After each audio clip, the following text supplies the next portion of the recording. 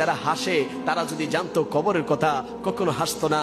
যারা হাসে তারা যদি একবার চিন্তা করতো তার শরীরটাকে কবরে রাখবে কখনো হাসতো না। যারা হাসাহাসি করে তারা যদি বুঝতো তার কবরে তার উপর বাস দিবে সে কখনো হাসতো না।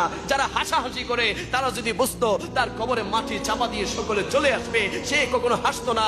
যারা হাসাহাসি করে তারা যদি বুঝতো কবরের মধ্যে সাপ বিচ্ছু আসবে, পোকামাকড় আসবে, বিষাক্ত জিনিস আসবে, তাহলে সে কখনো হাসতো না। যদি সে জানতো হাসরের ময়দানে তার যাররা যাররা পরিমাণ হিসাব নেওয়া হবে, কারণ আল্লাহ তো বলেছেন ফামাইয়া আমাল মিসকালা যাররাতিন খাইরান ইয়ারা ওয়া মাইয়া আমাল মিসকালা যাররাতিন শাররান ইয়ারা।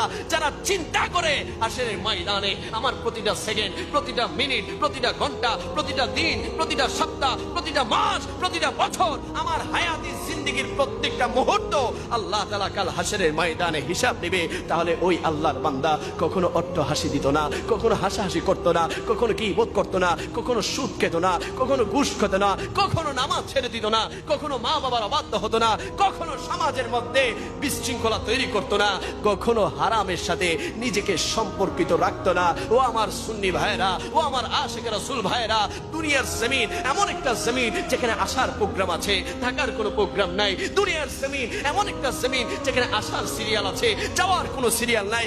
এমন একটা জমিন যেখানে চোখের পলকে আপনার হায়াত শেষ হয়ে যাবে, চোখের পলকে আপনার কালো দাড়িগুলা